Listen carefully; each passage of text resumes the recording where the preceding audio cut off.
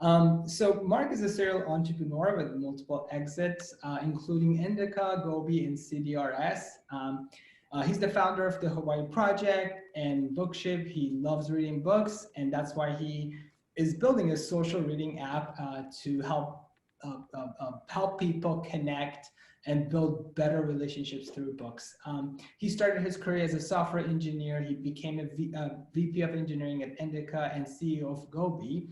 And he has done different paths to success, from raising funds and building for world-class teams and products, and eventually different acquisitions for startups. His products have been featured by Apple, and he's been written about by Wall Street Journal, New York Times, Techcrunch, USA Today, and other national media outlets. And his products have also been used by millions of people. He loves to play tennis, and I love to play tennis. That's the first thing that comes to my mind. We've yet to play tennis. We need to get that done. And it's a safe thing to do. It's one of the safest things that you can do during COVID, I read. Obviously he loves startups and entrepreneurship and mentoring frequently in the startup ecosystem here in Hawaii. And he's passionate about book literacy and, like I said, tennis. So hopefully we can schedule a time to play tennis soon. So let's start with your background, Mark. How did your journey to entrepreneurship begin? What were some of the early signs of entrepreneurship? Were you always an entrepreneur, or what happened that made you build businesses? And what about your parents? What did they do for a living? And did what they do have an impact on your journey as well?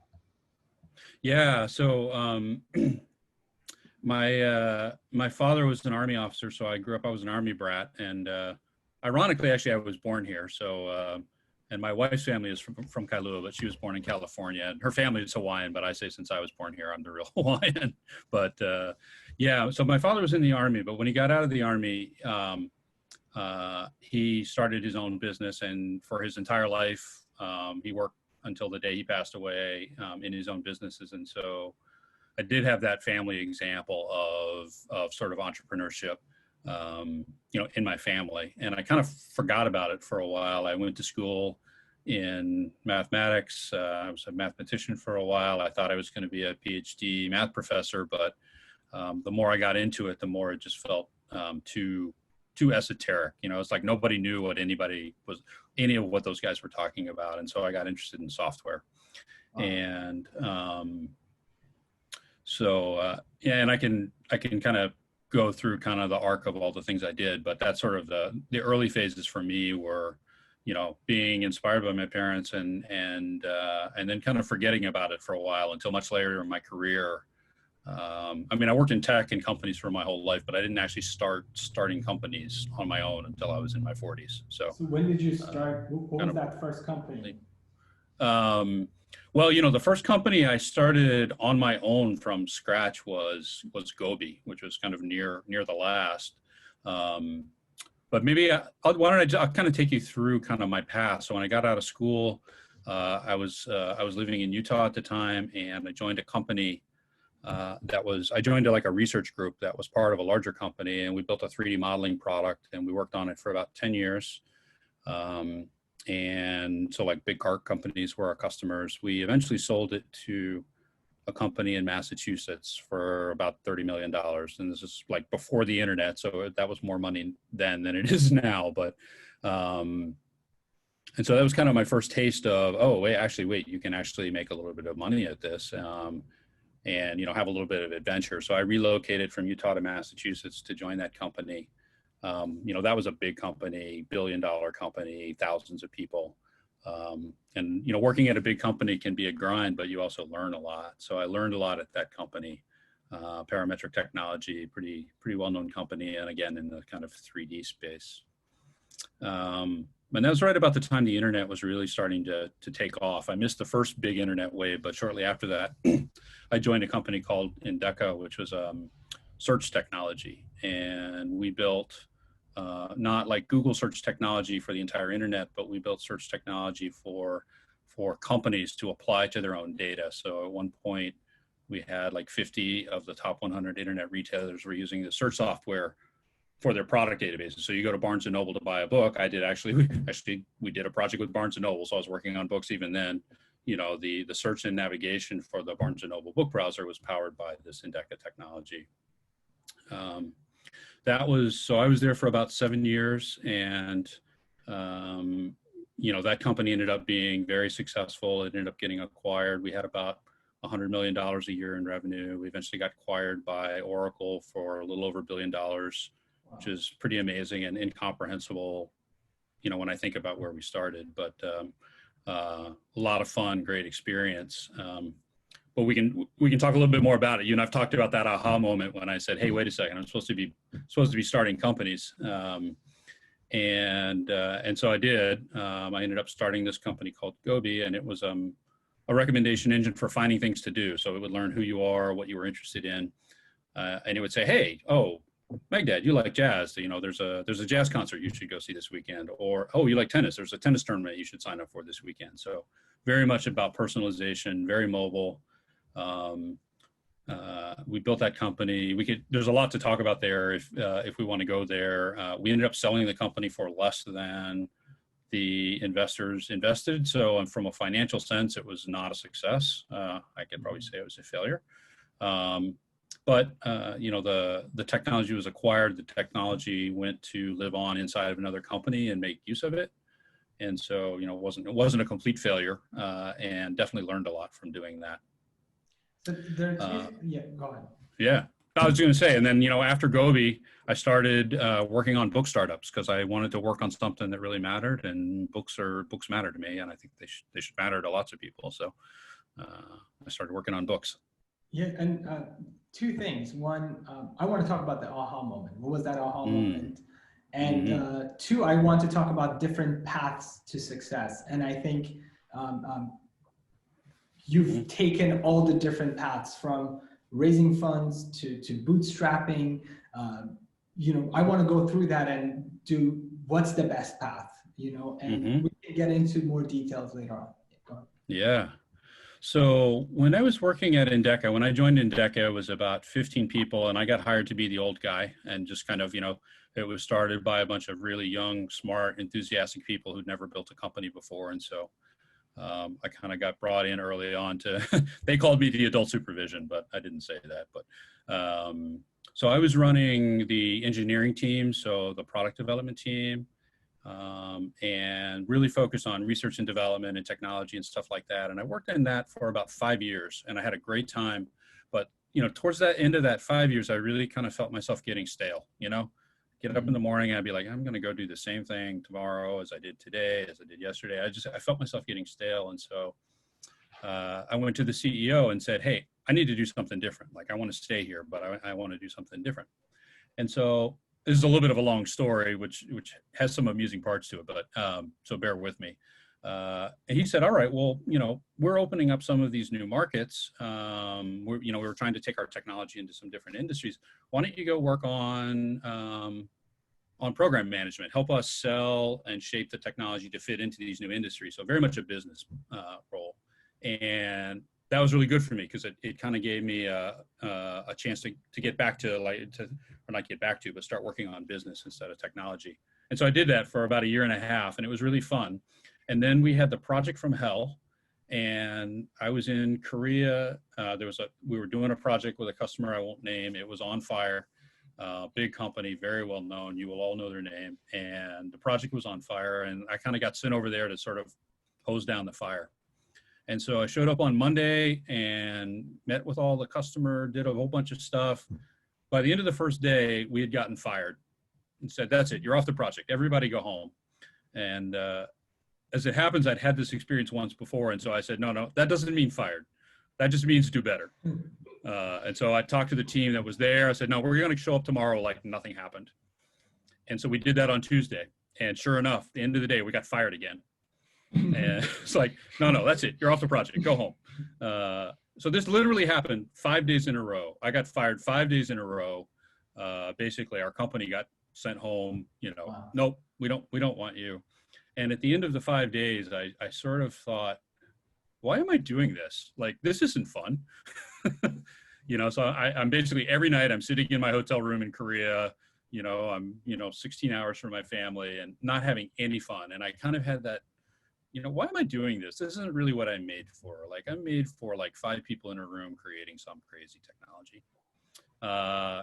And so I came back and I started, through a series of events, ended up leaving and going to start another company. And I will say that at least as of like 4 or 5 years ago, that customer was still actually a customer. So even though they fired us 5 days, they kept using the software, the project succeeded, but it was kind of formative for me to just kind of, you go through the crucible and you're like, why am I doing this? And, does this matter to me? And I realized no. And so I decided to make a change.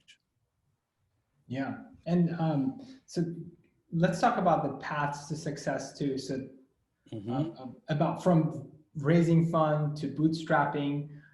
And I want to eventually get to the Hawaii project and Bookship. Yeah. There's a lot of ways to build a company. And I think if you pay attention to what you read in the startup media, you'll get the impression that there's really only one path. And that is you have to go raise millions of dollars from a venture capitalist and build $1 billion company and become a unicorn and sell your company or take it public. And that's a perfectly legitimate path. I mean, I've been on that path more than once. There's nothing wrong with that path, but it's not the only path. And I think especially for companies in Hawaii, I'm not sure that it is the right path for a lot of people. And so, there are other paths. There's the side hustle path of like, I'm gonna work my day job and I'm gonna do this thing on the side until it works. And when it works, it's gonna be a $5 or $10 million company that owns that employs 10 people or 20 people, and you put that money in your pocket, and it's organic and it's sustainable and it's small. And I think that's a really interesting path. And that's actually kind of the path that I'm on right now. Megdad, you and I were talking like, what's your favorite coffee shop, right? You ask somebody that. It's never Starbucks, right? It's always the indie coffee shop. It's like, what's your favorite beer? You usually don't get Budweiser. You usually get, it's this craft beer that I got from somewhere. And so you can think about companies the same way you think about coffee shops and beers. Like there's big and industrial, and that's totally legitimate. And then there's small and local and organic and sustainable. And there are a lot of companies that can be built that way. And you can, when you take VC money, you're hiring a boss. The VCs basically, they typically will have the power to hire and fire the CEO. They'll have a lot of influence over strategy, and that can be very helpful. But if you want to have ultimate control over what you do, that doesn't always work out well. So why do you think the entrepreneurs think they have to raise money from VCs? What's so compelling about that? And it's becoming more and more difficult, especially now with COVID. And what's the new path? What should people do? And should people start companies? Yeah. And especially in Hawaii, should they start companies? And if yes, what kind of companies they should go after? Yes. They should definitely start companies. I mean, if they have any interest in starting a company, they should. I think venture capital is it's kind of romanticized, right? And it's celebrated, right? Any kind of startup news outlet that you go read about, any website you go to and read about startups, all the writing is about funding and acquisitions and unicorn. Like that's kind of what's celebrated. And the company that does something interesting and supports 10 or 20 employees in a local environment and is creative and authentic, that's not always celebrated. And it's hard to celebrate some of those because they're small. But so I think that's what people are exposed to. They're exposed to, you should raise venture capital and you should build a unicorn. And, there are a very limited number of companies that makes sense for. So for example, if you want to raise venture capital from a traditional venture capitalist, you need to be able to paint a picture for how your business is going to generate at least $100 million in revenue. You need to paint a picture for how your market is tens of billions of dollars large. Otherwise, for reasons we can go into, most venture capitalists are not interested. It's too small for them. Yeah. And that's kind of what drives it. If you can, there's kind of an equation for venture capitalists. They run a fund that has to return a certain amount. So here's how a venture capitalist looks at it. For every 10 companies I invest in, 7 of them are going to fail outright. I'm going to lose all the money I invested. 2 of them will probably return me a little bit of money. And one of them will succeed and make me a lot of money. And so if you're a venture capitalist running a venture capital fund that has $100 million, that one company has to return $1 billion just for him to break even, So the numbers are really large. And if you're trying to do something kind of sustainable and local, it's hard to get to those kind of numbers. So, yeah. I want to get into, we have a whole section about Hawaii, but so with Hawaii, do you think we have to create a unicorn to stand out? And if not, like what should be the focus for Hawaii business owners and also Hawaii tech entrepreneurs? Should they try to build the next unicorn, or what should they focus on? And is it doable? Yeah. Can we do it? Can we create that? So, go ahead. Yeah. The one really big unicorn success story, it has a place. And so, for example, Endeca, the company that I was at, has spawned a number of companies. So a lot of you, I don't know if a lot of you go to restaurants, you may have paid your restaurant bill with this thing called Toast. Anybody heard of Toast? It's the point of sale system in tons and tons of restaurants now. I see it in almost every Hawaii restaurant I go into. That was started by 2 guys from Endeca. There's another company, it's a little more obscure, it's in the business to business space, but again, it's another unicorn. It's valued at $1 billion. And so that one big success has spawned these other 2 big successes. So yeah, on the one hand, I think Hawaii needs a company like that can spawn, when you get 1, then you get 2, and when you get 2, you get 4. So I think we do want that kind of a company. At the same time, it's very difficult to do that the first time out of the gate. And I think, I think that I would encourage a lot of entrepreneurs to aim smaller, more focused, build something you believe in, build something that's, even, $5 or $10 million a year in revenue. That's huge, right? You can employ 10, 20, 30 people, maybe more. You can make yourself some money, you can support your family, you can put that money back into the community. And it's much more straightforward to do that. And you don't have the other problem that Hawaii startups often face, which is this, once they've grown to the boundaries of the island, what do? So let's say you build a product and you're successful, and, you may have exhausted a lot of your market very quickly because Hawaii is small and it's a long way from anything else. And so you do see companies that start to succeed kind of pick up and move to California or what have you. So yeah, I encourage people, especially if they're trying for the first time, like aim small and succeed, more than aim big and fail. And I know a lot of people would say the opposite. No, everybody should aim big. And if you fail, you fail, but aim big. And, if you have to support a family, you can only afford to take so much risk. So, I think these businesses are, I'm a rum drinker. I don't know if people know Kahana Rum up in the middle of the island. Very local, very craft. It's not a huge business. They make an amazing product. They have what's that?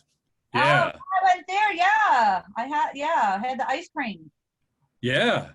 And, it's all the rum is made from heirloom sugarcane crops that were brought originally to Hawaii by the native Hawaiians, just like really cool. And it's probably never going to be $1 billion, but it's a cool company and it's great for Hawaii. So I say let 1,000 flowers bloom for that kind of company. Huh. Yeah, that's a good point. I want to come back to the Hawaii project and Bookship. What inspired you to build those companies, and what's the vision? Maybe you can walk us through that, and how did you build it? What route did you take this time around? Yeah, so I've always been passionate about books my entire life, and so Goby, the last sort of venture capital startup company that I did, when we sold it, I had a little bit of time to work on what I really wanted to, and I wanted to work on books. And I had a problem in my personal life, which I had a hard time getting good book recommendations. Like I think what Amazon does for book recommendations is terrible. It's useless. And so I built something, and it's called the Hawaii Project. That's also the name of my company. And it worked pretty well. I spent a couple of years working pretty hard on it. It works very well for what it does, but I never succeeded in the marketing side of it. You know, it's another piece of advice I would give, especially to tech entrepreneurs, is you think the product is the hard part. The product is not the hard part. You know, the marketing is the hard part, and, you know, figure out the marketing. And so the marketing on that didn't really work, even though the product did. But, you know, about the same time as I was realizing that the marketing for that wasn't really working, I had a really fun experience with my son. So when my son was like 16, I bought him a copy of Dune, you know, famous science fiction novel. He put it on the shelf and forgot about it. And, you know, maybe about 3 years ago now, he pulled it out and said, "Hey, I'm going to read Dune." And I said, "Okay, I'll read it with you." And so I read it with him, and we just communicated by text message and occasional phone call, but it really gave us like a really genuine interaction, right? It was, you know, he's in Chicago, I was here, and it was just like a really genuine experience. It was really fun. And then I had that experience with my daughter reading a different book. She lives in Cambridge in Massachusetts. And after that, I went, aha, maybe there's something here. And so I built an app for that, and I used a lot of the pieces from the Hawaii project to build that app.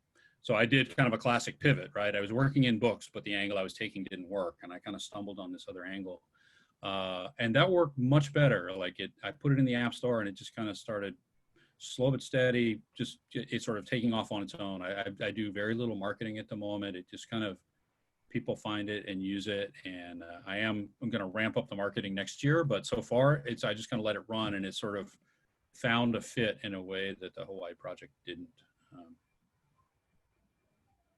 But awesome. Yeah, I mean, books are so important, right? I mean, it's like books educate us, they inspire us, you know, they give us an escape when times are bad. I mean, there's so many things that are better about reading a book than, you know, binge watching yet another series on Netflix, which I do just like everybody else. But, you know, there's just so many good things that come from reading books. I wanted to try to create a reason for more people to read books.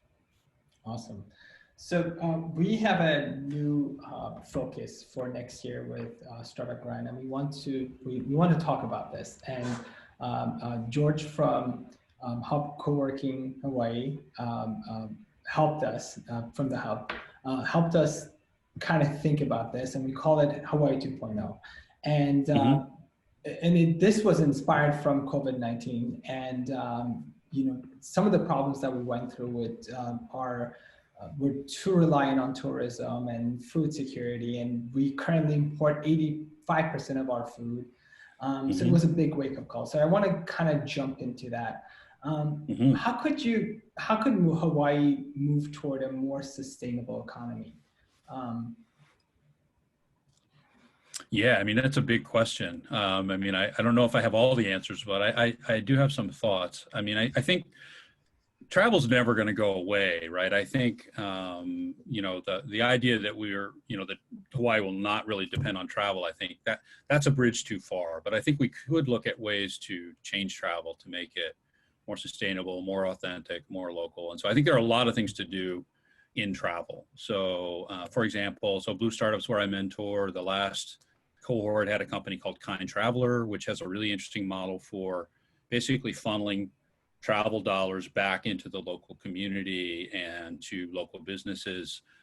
Purple Prize, where I also mentor, there's a company called Canoe Offset, which was still is trying to, I believe, funnel carbon offset dollars from travelers into local farms. And so, you know, the travel dollars basically getting redirected into local farms. So I think there are interesting models to try to explore with travel that can help us do that.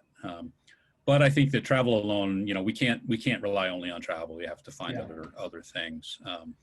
You know, COVID has been an interesting thing, right? We got the movers and shakas program, like trying to get basically tech workers to come to Hawaii to work here. People are realizing they can work anywhere.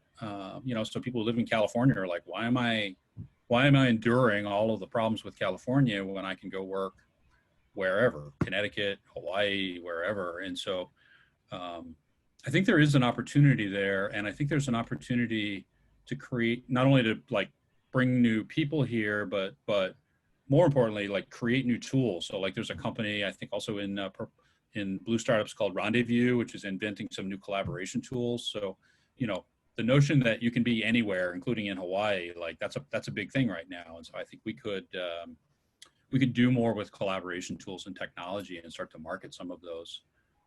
So I think there's interesting things to do there. Yeah. Go ahead. If you had to start a company in the travel sector yourself, knowing the problems that we have, and the problems that were highlighted with our dependency on tourism, what would you create? You mean in travel? In travel or outside of travel? Even outside travel. What is it that we're uniquely positioned to build? So I think Sorry, go ahead. Yeah. I also want to touch on the food security part, but we can have that as a separate discussion later. No, I think that's I think food security is really interesting. So again, like in the last cohort of the Purple Prize, there's a company called Box Farm Labs. They're working on a personal hydroponic system, kind of like a Keurig coffee maker, but for growing plants in your house. So I think there are a lot of interesting potential innovations around food security. I don't know what they all are, but there's a very robust farming community here, and I think there's things we could do in traditional farming, and there's things that we can do in technology and farming and in energy that would let us become less reliant on outside sources. So energy and farming, I think, are kind of in a way kind of hand in hand. So I think there are interesting things to work on in the energy space.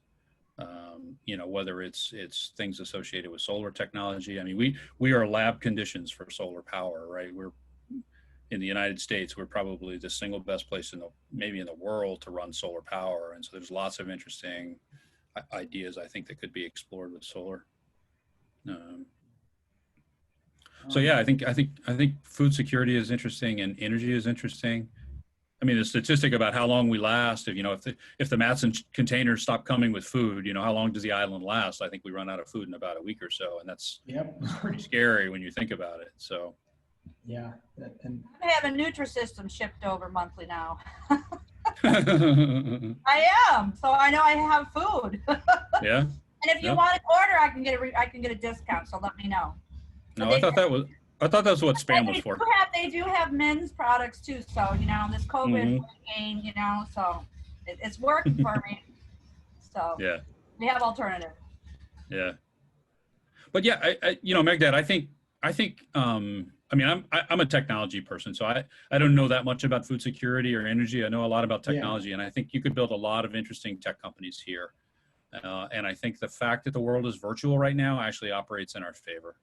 It's an attractive place to be. We can get smart people here. I mean, one of the challenges with starting a company, I think, especially for people who are doing it the first time, is, do they have any role models they can kind of look to see, like, how do I do this? How do I start a company? Like, there's a million questions you have to answer when you start a company. And some of them are goofy questions, like, do I need a lawyer to incorporate? I mean, just like all kinds of gory detail questions. And so I think the more small companies that we have that are succeeding, where there are local people in the community that can become a resource for the next generation of entrepreneurs, the better off we are. I mean, so I don't know her super well, but what I know of her, I love to death. Tina Fitch, who runs a company called Hobnob. It's a small Hawaii-based startup that does invites for events, and it's a cool product. But she's put so many people through that company and training and mentoring that, helping those people. And I think we need more companies like that, where people can see what success looks like. And it doesn't have to be like Facebook $50 gazillion success. It can be success of, here's a local company with a mission people can believe in, that's making money and employing people. Like, that's success. And I just think we need more of that. So you're helpful with the tech sector, and you think we can overcome this? Yeah, again, I think COVID actually works in our favor right now, because, I think people who want to start companies can come here, and the world is becoming more virtual. And so the people who already are here, they're at less of a disadvantage maybe than they were before. So, like, it used to be, if you were trying to raise venture capital in Hawaii, you'd never go to a venture capitalist in Massachusetts because they're too far away. and they in return would not really want to be interested. But the world's virtual now. Nobody's meeting anybody. And so like, what does it matter if I invest in a company in Hawaii or Texas or whatever? And so I think the venture guys are becoming more virtual, and I think that's an opportunity for us. Yeah, I just highlight, my book, I've shifted now because I have ideas for app games. So each chapter will have an app game. So now I'm shifting over to having a team create the app game so that we can market it into the schools. So I'm enjoying the downtime now. It's fun. And now I'm on the screenplay writing and then the animation movies. So I'm looking forward to this winter. So I'm going to change gears for a little bit, and we will do the rapid fire in about 50 minutes. I want to ask about who's been your biggest inspiration? Wow. I got a lot from my dad, for sure. My mentor and my best friend who lives in Utah, who I read a lot of books with Bookship on to stay in touch, but Thomas Jensen, you know, maybe 10 years ahead of me in his career, been very inspiring. And then there are a few books that I go back to again and again and draw inspiration from. So I don't know if that counts, but so. What books are they? There's a book called Gates of Fire, which is about the Battle of Thermopylae, and it's about courage under fire and camaraderie and lots of things. Fantastic book. I probably read it 20 times. Ryan Holiday wrote a book called The Obstacle is the Way, and it's not to get too sort of academic and geeky on people, but it's based on Stoic philosophy, but it's just a classic book in like how to succeed when everything sucks. Is it based when you're on doing a startup? Oh yeah, that's a great book. Yeah. That's a great book. And yeah, I mean, when you're doing a startup, things are always going wrong. It's like for everything that goes right, 3 things go wrong, and so you need to find that. You need to find that sort of resilience in yourself to kind of get over those problems. And so I get that from books. And a lot of people who do startups like startup-y type books, like, you know, 10 ways to make your startup succeed and stuff like that. And I like those books, but for me, it's more about sort of the emotional resilience and kind of keeping yourself together when times get tough. Yeah. Best piece of advice for anyone just starting out in entrepreneurship? Do something you love. Do something you're passionate about. Do something you think matters. You know, any successful company is going to take probably 10 years, maybe 5, but it's probably going to take 10 years. And if you don't love it, if you don't feel it like in your heart that something needs to be done, you won't make it. So work on something you care about and something that matters. Okay. I'm going to move on to some more rapid questions. It's not the rapid fire questions yet. It's just a fast 1-minute questions. Yeah. In terms of value for the money, best product you've ever bought? Gosh. Doesn't have to be an app. It could be any product. No, I think probably my MacBook Pro. Oh yeah. Okay. Yeah, I agree. That's not very sexy, but. What is the best investment you've ever made for yourself? Oh.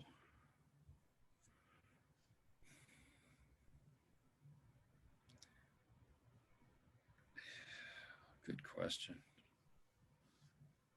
I think I would say education. I feel like education, and I mean, reading is a part of that, obviously, but education is the thing that lets you do all the other stuff. And Old Navy flip-flops for $3, like Michael said. Yeah. What's the most out of character thing you've ever done? You mean that I want to relate? Wow.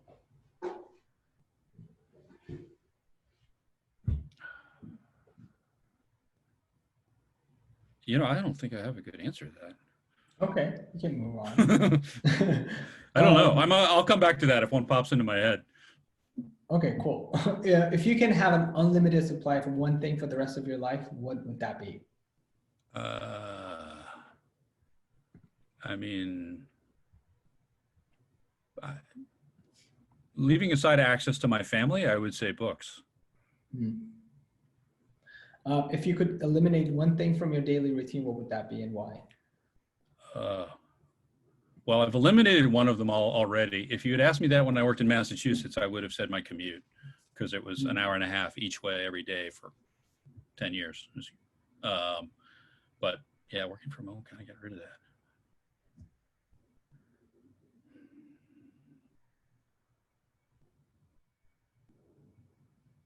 We can move on. I don't know. Distractions. I don't know. Yeah. Yeah. For me, it would be my phone. I cannot eliminate that from my life. It's too hard. Totally. Yeah. One skill that every aspiring entrepreneur should learn.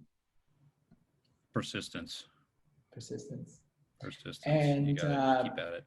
Last question before we move on to the rapid fire. What important truth do very few people agree with you on?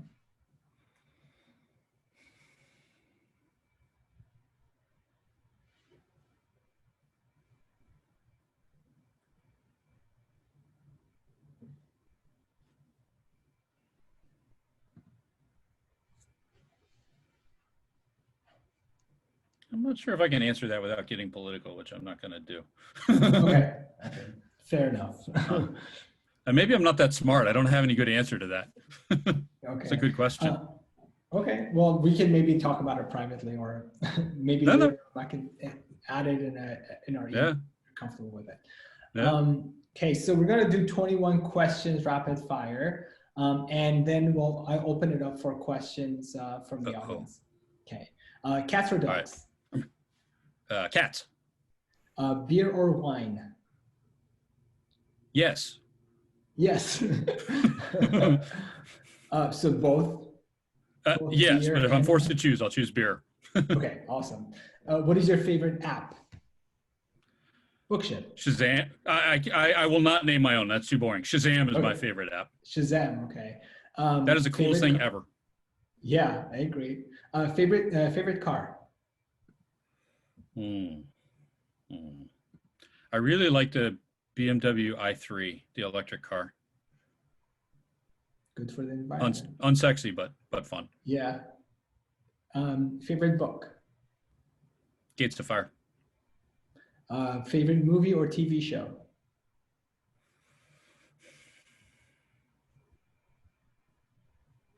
I would say Casino Royale, James Bond movie. I love that movie. Maybe Gladiator. I like that movie too. Favorite artist, music artist. Music. So like classic, I like Rush. Rush is my favorite band, but I'll tell you, I've been listening for the last 3 months. I've been listening to this electronic music guy called Emancipator, who just makes the coolest music. I just on infinite repeat for me. Cool. I have to check that out. It's really, it's really good. Your go-to karaoke song? Not happening. Karaoke? Nobody wants to hear that. I don't think I've ever done it. Same. I feel like it would have to be like Living on a Prayer. That's the only one I think I could pull off. What TV sitcom family would you be a member of? Yeah, see, I'm bad at pop culture.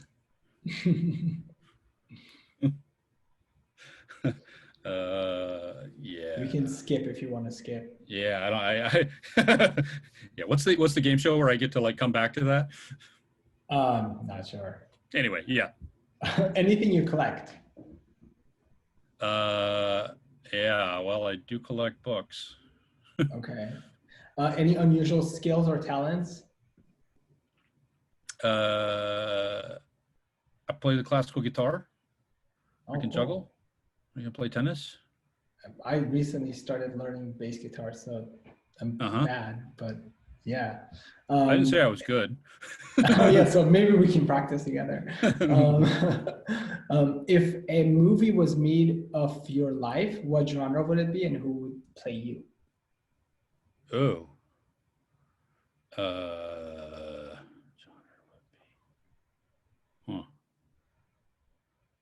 Yeah, if a movie was made I'm gonna I don't know what genre nonfiction or business goes into, but I don't know. I'd take some kind of nonfiction thing. I would take George Clooney to play me. That'd be fine. Yeah, I can see that. What was your first job? I pulled lumber in a lumber yard. Wow. Wow. What profession other than your own would you like to attempt? If I couldn't work with technology, I think I'd be a tennis pro. Oh, I can relate to that for sure. What is the best compliment someone can give you?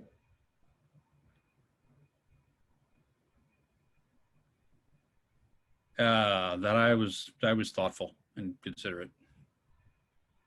A cause you're passionate about? Literacy. I hate to beat a dead horse, but yeah, I'm really passionate about literacy. We actually donate 10% of the revenue from our company to a couple of literacy nonprofits, including Hawaii Literacy here in Hawaii. So. That's amazing. Who are 5 people alive or dead you would want to have dinner with? Alive or dead? My parents are both gone. I would love to have dinner with my parents again. Yeah. I've actually the last 3 months I've read a whole bunch of books about 1776 and the founding of America, and I think having dinner with George Washington would be really interesting. I would love to have dinner with Stephen Pressfield, who wrote Gates of Fire.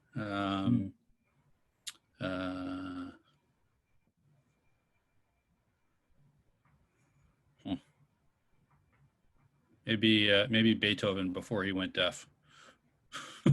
Okay. One thing on your bucket list? I want to charter a sailboat and sail around the Mediterranean and go to a whole bunch of different Greek islands. I can subscribe to that. What is the strangest thing you've ever eaten?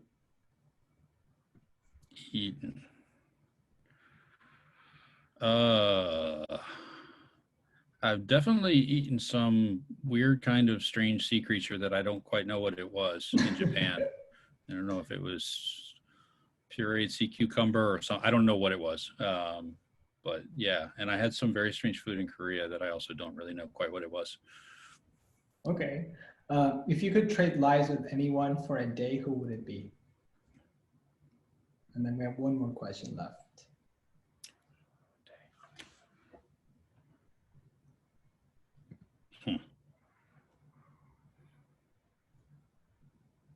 I wish I could surf, so maybe I would trade lives with somebody who can actually surf a really big wave. Yeah. If you had access to a time machine, where and when would you go? I would go to ancient Greece, I think. No, I take that back. I'm really interested in the Vikings. I would go back to the Viking era and try hard not to get killed. Awesome. Thank you so much, Mark. I am going to open it up for questions. So if you have, I haven't looked at the chat yet. So Liz, if there's any questions, maybe you can bring it up and ask Mark. Otherwise, we can just open it up to the audience and you can unmute yourself and ask the question. I saw one about the book concierge from George. And I like that. It's fun, but it's like, it's one time. They do it for Christmas every year and it's a fixed set of books and then it's done. So it's not very helpful in February. You know, they pick really nice books, but it's not personalized. It doesn't really know anything about what I read or what I'm interested in. And it's one time a year. I was unaware that it was one time a year. For some reason, I thought it was annual or like throughout the year, but yeah. Maybe the last time I looked at it, it was like a torch Christmas thing, but I could be wrong now. The main thing it always missed for me is it's not personalized. I mean, that's when I did the White Project. The thing about it that's interesting and different is it's very personalized. It understands who you are, what authors you like, what kind of books you read. You know, Amazon is constantly recommending me books I've already read, books by authors I couldn't care less about. It's just not helpful. I'm not sure if George wanted to ask this one, but did mention it in the comments. He says, interesting comment, Mark. I think we need to be cognizant of our design of Hawaii 2.0 when we are asking to create a tech sector. How do we balance the healthy living that people move here for and the hustle of a tech life? Yeah, great question. You know, I think that's one of the reasons why I really like the notion of sort of indie startups. You know, I call them indie startups instead of, you know, the traditional venture capital startups. You know, when you're doing a venture capital startup, you have bosses, you have expectations, you're on every quarter, you need more results. And so that's kind of what converts you to that hustle of the tech life. Now that's what generates all the value, right? That's how you end up making a lot of money. So, you know, there's a trade-off there, but you know, if you run your own company, you own your own business, you don't have any bosses, the only thing that you're really a slave to is making enough money to stay in business. And that does give you the opportunity, like for myself, you know, 3 o'clock in the afternoon, you know, if the water's nice and I'm stuck, you know, I take the OC1 out in the water and go paddling. And if I were CEO of a venture capital backed startup, I would never consider doing that. Like, just not part of the equation. But, you know, with my own company, I'm like, all right, that's how I want to spend my time in my life, so I'm going to do it. So. Yeah, I don't want to suck up all the wind here, but just to kind of add on that, there's a reason why people are moving here during a pandemic, right? Mm-hmm. It's the healthy lifestyle, the health and aspect that Hawaii markets unintentionally or maybe intentionally. And so how do we use that to our advantage and not focus on just a hustling San Francisco version of Hawaii, because I don't think that's going to ever fly, in my personal opinion. But you know, yeah. There's more. I think, you know, some people want to do that, and I like, God love them. Like, and I was on that track. I mean, there's nothing wrong with that track, but I think it's not right for most people, and for most companies in Hawaii, it's probably not right. So it's not. I'm not opposed to that track at all, but I just think people need to be aware that there are different ways and what the trade-offs are for those different ways. And we had a few more great questions in the chat. Katie asked, what would be your top book recommendations for entrepreneur or tech startups? Yeah, so there's a book I love called Traction. If you're doing any kind of like a tech startup, Gabe Weinberg, and it's basically like the 19 ways you can market your startup. And you know what I was saying before, like with a product, you know, the tech is kind of the easy part. You know, building the product, and that's what people tend to focus on. They tend to forget that they have to market it. And so Traction is all about how to market. And so that's a great book. Person who's now a friend of mine, although she wasn't when she wrote the book, Beck Evans wrote a book called How to Have a Happy Hustle. sounds like a bad 70s movie, but it's all about side hustles and like how to start a company when you've never started a company before. And it's very accessible. It's not super long. I think it's a really good book for first-time entrepreneurs or potential first-time entrepreneurs. Okay. And then Marianne also asked a great question. How do you market books to the Hawaii Department of Education? That is an excellent question. I have no idea. I don't know. I don't know. I mean, you know, Bookship is actually being used in schools, not because I marketed it that way, but just because, so William Gibson, the science fiction writer, has a phrase called "the street finds its own use for things." And so some schools have started using it, you know, without my involvement, but I would love to find out a way to actually market it to schools, but I don't know how. Okay. And Kyle, thank you also for your question.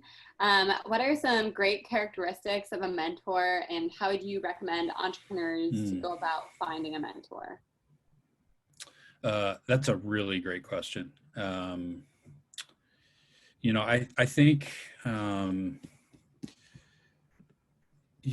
what you don't want is a mentor that is going to give you all the answers or tell you what they think all the answers are. You know, I fight the tendency myself when people ask me for help. Like, part of me wants to say, you know what, you should do X, Y, and Z. And, you know, I think the characteristic of a great mentor is not that they give you answers, but that they give you questions.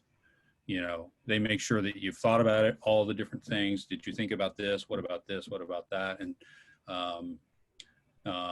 so, you know, I think that's a really important characteristic. And I think that it's a great way of evaluating mentors if you happen to have a chance to, you know, sort of interview a mentor or meet with people. Like, that's the thing to look for. I've had this experience myself when I would go to get advice from someone, and I would basically do X, Y, Z, W, 1, 2, 3, and like, okay, but like people who give you perspective and help you and ask you questions, I feel like it's much more valuable, and people who can listen and not just talk. Okay, and I see we have another question from Katie. Who was instrumental in mentoring you along your path? Did anyone push you or provide the soundboard that you maybe didn't know that you needed? Mm-hmm. So my first job out of school when I was in Utah, when I started working in 3D modeling, my boss at the time, now my best friend since 1987, you know, he was my mentor in my first job.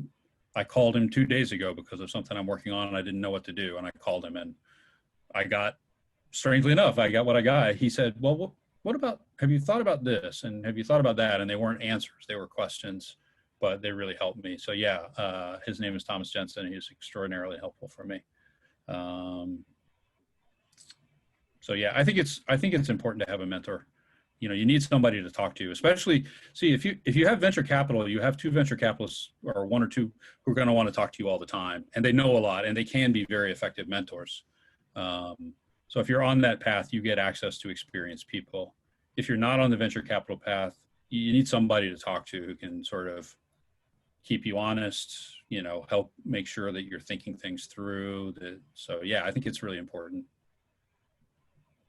One of the great things about COVID right now is people are bored out of their minds. You can call random people, ask random people to Zoom meetings, and they'll show up.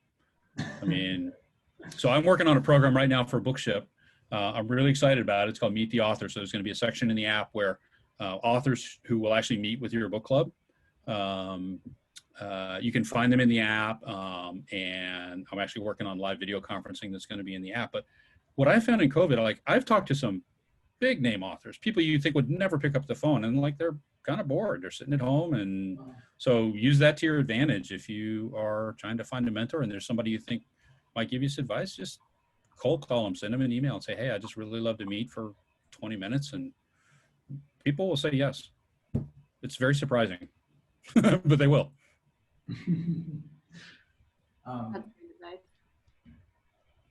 Yeah, looks like, yeah, George is asking, was that an invite, Mark? What's that?